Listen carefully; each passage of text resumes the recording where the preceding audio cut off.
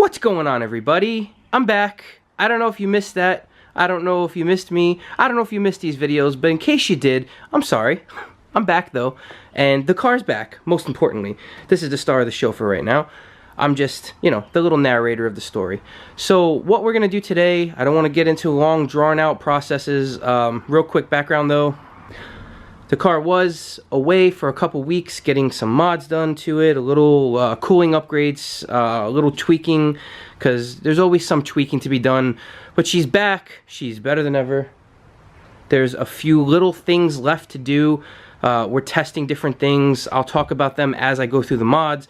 But what we're gonna do today is I'm gonna give you a little bit of a mod list, as in-depth as I possibly can. I've been promising this for a while, so you're gonna know everything from what size stroker motor is in this car to my fuel system, my injectors, basically just everything that you would want to know, probably many things that you don't want to know, but I'll go over everything. I'll show you what happened. I'm not gonna be talking about prices, and I won't be talking about, you know, horsepower numbers just yet in this video. Those will be for other videos. Track times and everything, that's for other videos. So we're gonna go through all that little by little as stuff starts opening up and as more information comes available to us. What we're gonna do now, we're gonna do a cold start video because she's been sitting all day since yesterday, and then we're gonna probably go to a different location and just talk about mods and see what we can do. I don't know about rain, so we might get some raindrops on us, but we're not pussies in this channel, so we're gonna be fine. So let's get this started.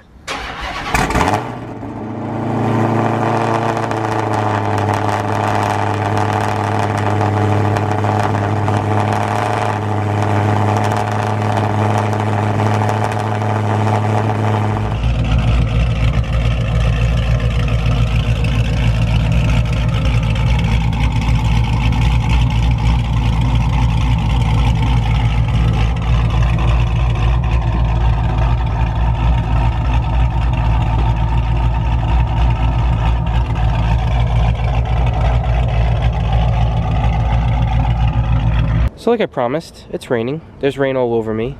It is what it is. Is it gonna kill us? Absolutely not. I have radials on, but they're daily driver radials, so we're good. So we're gonna discuss this. This is probably gonna be like the biggest video people have been asking for.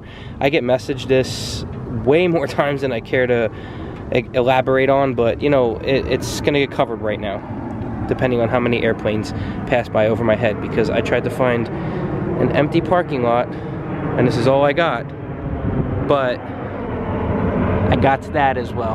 Son of a gun. So before I talk about the size of the stroker and all this other stuff, let's just talk about really quickly what's the purpose of this car for me. Basically the whole point of this is I wanted to build something that was different than what everybody else was using at the moment. Something that was usable daily driver power. So usable daily driver power for someone like me that doesn't have access to E85 regularly on pump gas. You guys that do have it, you're lucky, but for me it's pump gas. I needed pump gas power. You know, obviously we have race fuel tunes and it's dramatically improved, but pump gas, there are limitations, but obviously the way to get more power out of pump gas was to just make the engine bigger, and that's basically what we did. Aside from having power, I wanted the car to sound amazing, so that's where some of the other mods come in, which kind of took a negative turn on the power. One main example was the headers. We'll discuss that though. Other than that, was this car made to set records? No. Is it supposed to be a quarter-mile record-setting car? No. Could it be? Honestly, from conversations I've had, from the way this car feels, from the numbers it's already run, I truly feel like this car could be setting the bar for other people. The car makes what it makes. I'm extremely happy. We'll go over dyno stuff later on. We did have some issues on the dyno with belt slippage. We have a custom 265 pulley that we just ordered that's on its way to help with the slipping. But anyway, like I said, the main point of this vehicle is that it's a daily driven, baby hauling, gas guzzling street car, and honestly, I love every single mod I've done to it so far. So speaking of mods, let's just jump right into this and start talking about it. The main mod, the biggest question that I obviously get, is about the stroker. So what did we do to this vehicle? Everybody took guesses, and you know, so far I guess the cliche thing that everybody thinks that happens in every Hemi is either a 426 or a 440. Little did I know before I went into this whole adventure was that there are different stroker sizes. Depending on what your goals are, different things work for different people. We were looking at 426, 431, 440 never really crossed our minds because to me that's more of like a naturally aspirated setup. But for my vehicle, what we went with was a 422 stroker. Now the decision to do a 422 came down between a 411 and a 422.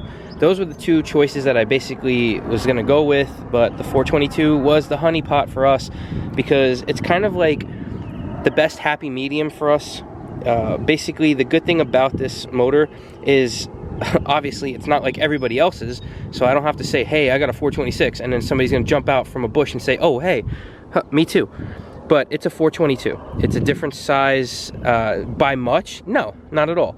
But is there a difference? Yes, there is a difference. Do I have a great explanation as to why or what the differences are? Probably not, and I'm not even gonna try. So while we're up in the front of the vehicle, we're gonna discuss the other mods. One of the other mods, which you can't see unless I go down to the side of the vehicle somewhere. So there's the second mod. What is that mod? Oh, if you don't know, I don't know. I guess I'm gonna have to explain it. Those are American Racing headers. I believe they were the 1 7/8 header. We didn't go with the 2-inch for, I guess the reason was we didn't want to get rid of the front sway bar, so we went with a 1 7/8, and it worked out friggin' awesome. Now, one of the reasons I went with American Racing over, say, Cook's and this and that, I've just been around American Racing longer. I've had friends that have had it. I've had family that have had it. There's a certain rasp with it that I just love. So it was more of a sound thing, and honestly, let's discuss this real quick. There are pros and cons. It's a great sounding mod. It's just awesome. It's just, to me, it's good. But for other people, some people, they don't want to put headers on their vehicle because it will eat, I believe what my builder told me was about a pound of boost or so. It's just the way it is. It's the design. It's how everything goes together. So it's got its pros and cons, but for me, a pound of boost, I could afford to lose that, especially on pump.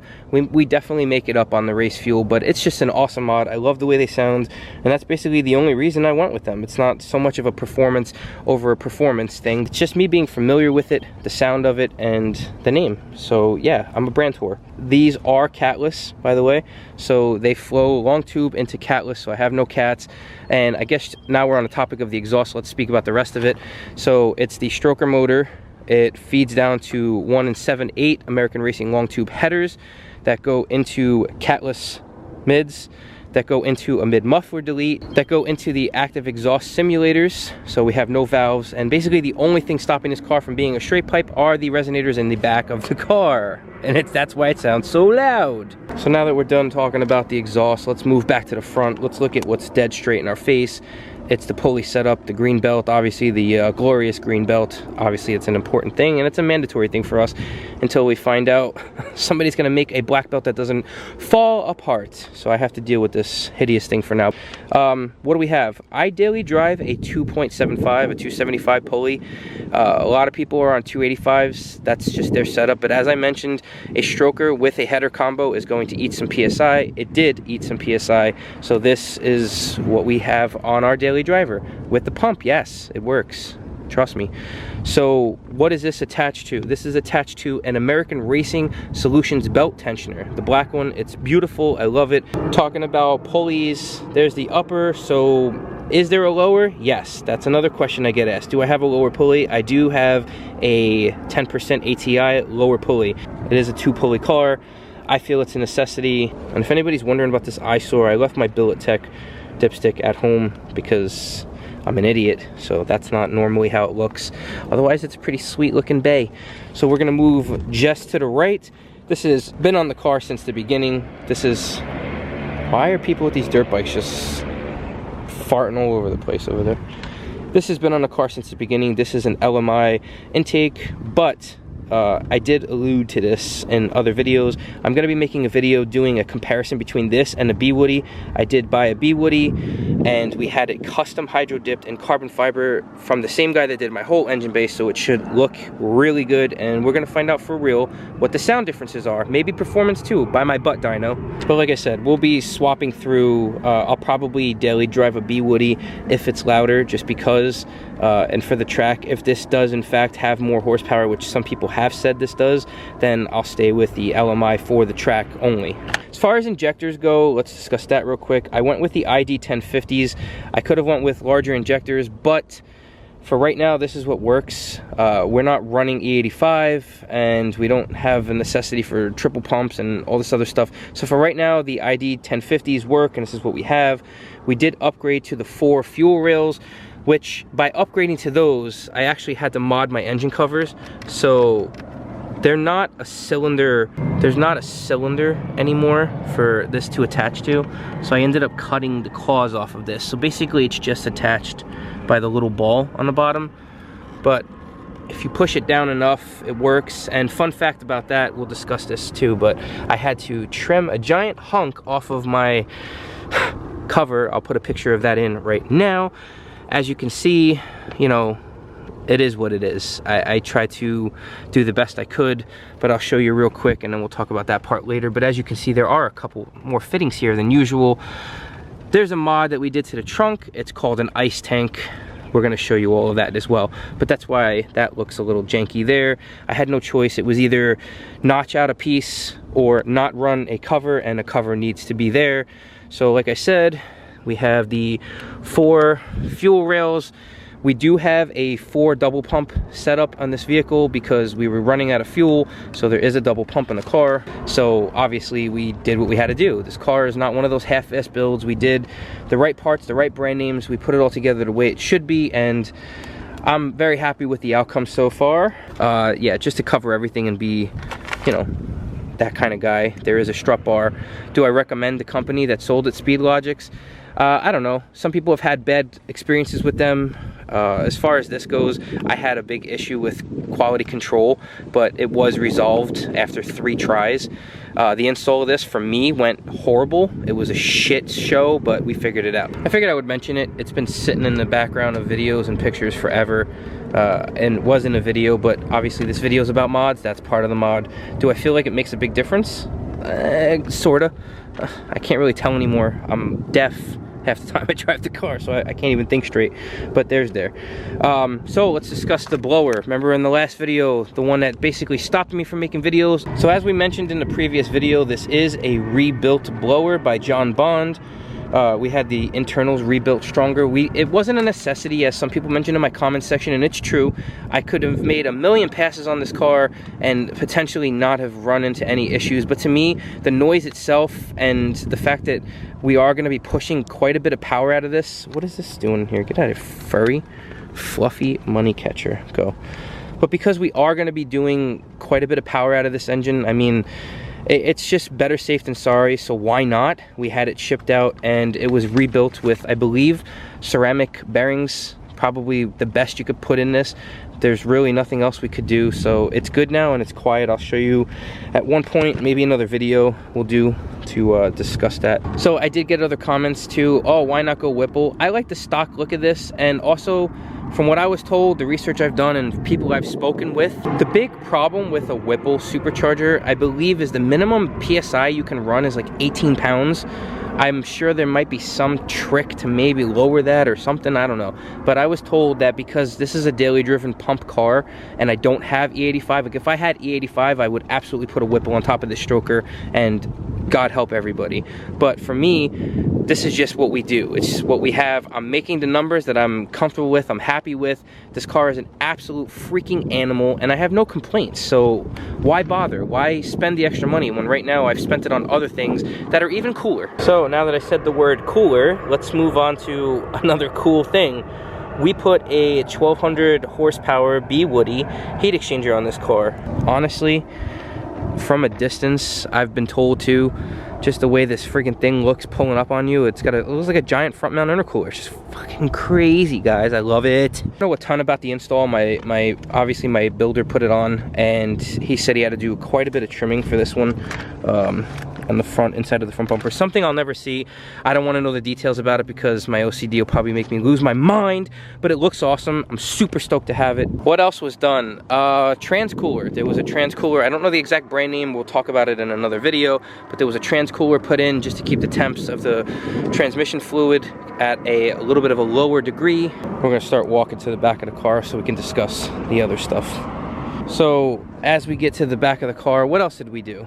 The main thing, the one thing that's gonna pop out, we put a 15-inch rear conversion. This was done at a different time, but it's still something we're gonna talk about. This is gonna get addressed, by the way. It seems like a lot of people with this Willwood conversion have rust on the hat of the rotor, so we're gonna be taking this off and painting it. I'll do a video on that, but that's just gonna get addressed. I have absolutely no braking issues whatsoever with this setup. I do daily drive 20s for most of the time. This might have been one of the worst places possible to film, but I did have the Raystar setup. I have my 15-inch rims on those, but we ordered a set of S77 weld bead locks, and here's what's gonna... Oh... Guess what, guys? We have an ISIS geese sighting. They just landed. Oh, hey, calm down there, Billy Bob. Fuck, they're coming after us. So this is just the setup we have for right now. I daily drive on ET Street SS with the Brass Monkeys.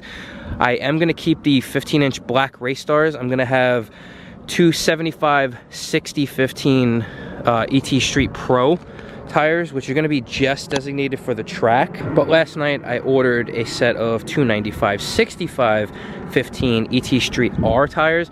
So I know this sounds stupid, but I'm going to be daily driving the 295/65 on my weld bead locks. Why? Because it looks badass. Not only is it going to look cool with the whole setup, but yeah, I'm vain. I like the looks too. It's not just about function, all right? Form has to play a role in this situation, guys. We ended up putting a full race setup back there from BMR in the rear suspension, as well as white line poly cradle bushings. That's just basically to help us hook, keep everything solid and set back there. Is there any extra noise? I know I'll get that question. No. I was on the highway driving home. It felt awesome. So really no extra difference to there. Definitely a good setup. I did mention that I did a little awesome mod in the trunk, but can you see it? Hello? Hello? Nope, you can't, but I'm gonna show you. So this was one of those mods that I absolutely adore, and it's freaking awesome. This is a 7-gallon custom made ice tank. So I'm gonna do a whole separate video on this, but honestly, the whole premise behind this is there's a feed and a return. There's also a drain, and there's a button that turns it on. So the whole point of this is it's got the setup for us where it can flow coolant from the front to the back. And basically what you do is you pour like a bag of ice in here, and what it'll do is as it's coming in, the coolant is mixing with the ice and it's cooling the coolant down, and then it flows back to the front of the car and keeps the system running cooler. I was told that while on the dyno, my vehicle had at one point 40 degrees intercooler coolant temperature. With this setup and the fact that we have the B Woody heat exchanger as well. So is both a complete waste? No. Most of the time I won't have this on except on maybe a road trip. You can put a bag of ice. Don't expect the bag to last super long. We'll talk about that in another video, but basically you're gonna get like 10 minutes until the ice actually melts. The initial shock of a lower temperature is gonna dissipate, and what you're gonna have is a lower temperature, but not as low. So it still serves a purpose, still keeps fresh, cooler fluid in, and this holds 7 gallons, which you can drain at any time and fill up. So this is a freaking kick-ass setup when you really wanna make some cooler passes at the track. But best of all, I have full access to my trunk, and I think that's kick-ass. We were gonna put this in the cabin, but why not? We keep it here, and you just turn the system on from the trunk, and I don't have to drill anything on the inside of the car. Awesome. So we're gonna discuss something else right now. The car has a one-piece aluminum DSS drive shaft, so what we did was we went with DSS axles. What I'm finding right now is that there is a little bit of a clicking noise. We're just gonna go out on a limb and say yes, it's from the DSS axles. They are quite larger. I don't know if I necessarily needed them, but you know, my engine builder told me we're gonna try a different setup. So in the next week or two, we're gonna be taking the DSS axles off and we're gonna be putting Demon axles on. So that should eliminate all noise and they should be a little bit more beefier than the Hellcat setup. I'll report back on all of that as well, like you know I will. And also, fun fact, we have a 15-inch conversion and we have the DSS axles. For some reason with the DSX axles, I don't know if it's because of the 15-inch conversion or what, but on the passenger side exhaust, the exhaust valve housing, it actually made contact somehow with the boot on the left side of one of the axles, and it cut the boot. So that's another reason why we were gonna have to basically return that or exchange it anyway, but instead of just doing that, we're gonna do the exchange, but I'm gonna pick up a set of Demon axles, which are actually cheaper. So if this ends up working out well, I'll recommend Demon axles. If not, I'll tell you guys, you know, stick with the DSS if we can get the DSS set up to not make clicking noises. But as I'm putting it into drive and reverse and coming to a stop, it's clicking when the weight transfers. This is just the plight of having a friggin' modified car. So we're just about done. We're gonna wrap it up soon. I'm not gonna cover everything. Obviously we have billet tech parts. That's actually incorrect, so that's gonna be getting switched real soon. We have the hydro dipped carbon fiber. I'm not gonna go over every mod I've done. I don't think it makes any sense, but you know, little things. I mean, over time I can start talking about it more. This is billet tech as well. But if you have any questions, you can always message me. I'm very open to answering everything now that I don't have to keep it a secret, because I wanted to save it for the video about the cubic inches. I'm more than willing to talk about anything you all are willing to ask, because there's nothing to hide. It's not like I'm a grudge racer or you know, on the track trying to set records. I'm one of you guys. I'm doing what we're doing. We have a passion for this. I love cars, you guys love cars, and we're family as far as I'm concerned. So we're gonna do this together. So just to cover, like I said, I told you I would, the T-fittings that came from the icebox, this is where they were. It is a tight squeeze, very tight actually, specifically because of that strut bar, but it works. It works if you have patience, and I still have to clean here. I missed a spot, son of a... What do I plan to do from here on out? I got that question a lot. So basically, the only other mod from here on out that I would consider is what my guy Mush did, is nitrous. I would possibly consider it. Am I definite? Am I set on it? No, I'm not. I don't know if I'm gonna want to do it. We're gonna see what the car runs first. Would it shut up haters? Oh yeah, absolutely. That's why Mush did it. He's trying to shut up haters.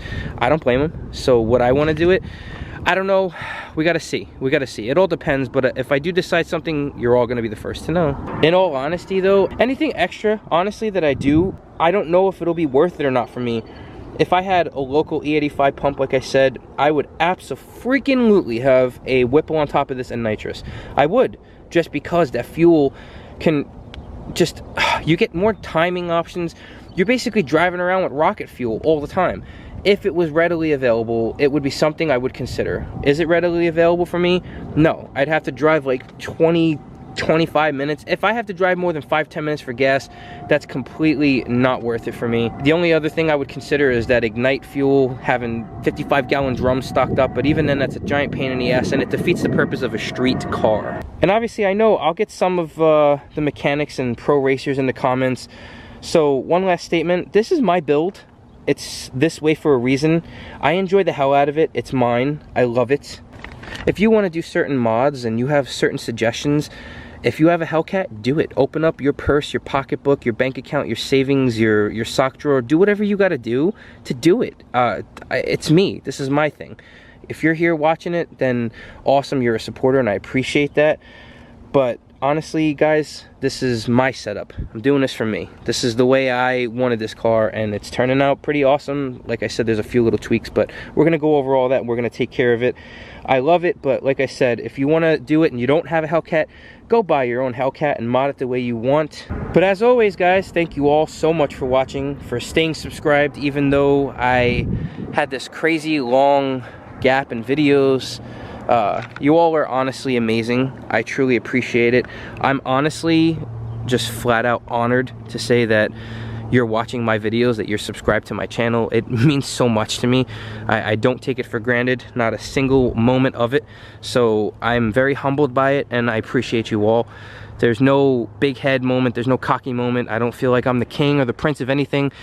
My channel's not that special, but you all make me feel that special. So maybe during the summer I'm going to invest a little bit more time into editing and cool little B-roll things and music, and maybe I'll have some professional things done to help enhance the channel, because I'm completely all about filming, talking, putting it out there. There's no theatrical with this account, so if you want that, you know, I'll try my best, but I don't want to push what I'm not. So hopefully I'm able to make some fun and different content for you this whole summer. Now that the car's back, I can finally get back on the schedule, really start having fun. So honestly, just stick around. I plan on doing some really crazy shit. I plan on having a lot of fun cars. I might put some featured vehicles, friends, family members, something cool, club members. I am president of a car club, so maybe I can put some of their vehicles on the channel, go over some of their mods, do something. So if you're into that kind of thing and you made it to the end of this video with me ranting and talking about all these mods, then let me know if that's a possibility. But anyway, what we're gonna do is we're gonna put the camera down, we're gonna drive away, and we're gonna be done. I've been getting rained on for probably 20 something minutes. This is what I do for you guys. I'm battling dumpster smells, ISIS geese, freaking airplanes, water. It's crazy, but I love you guys, so stay tuned.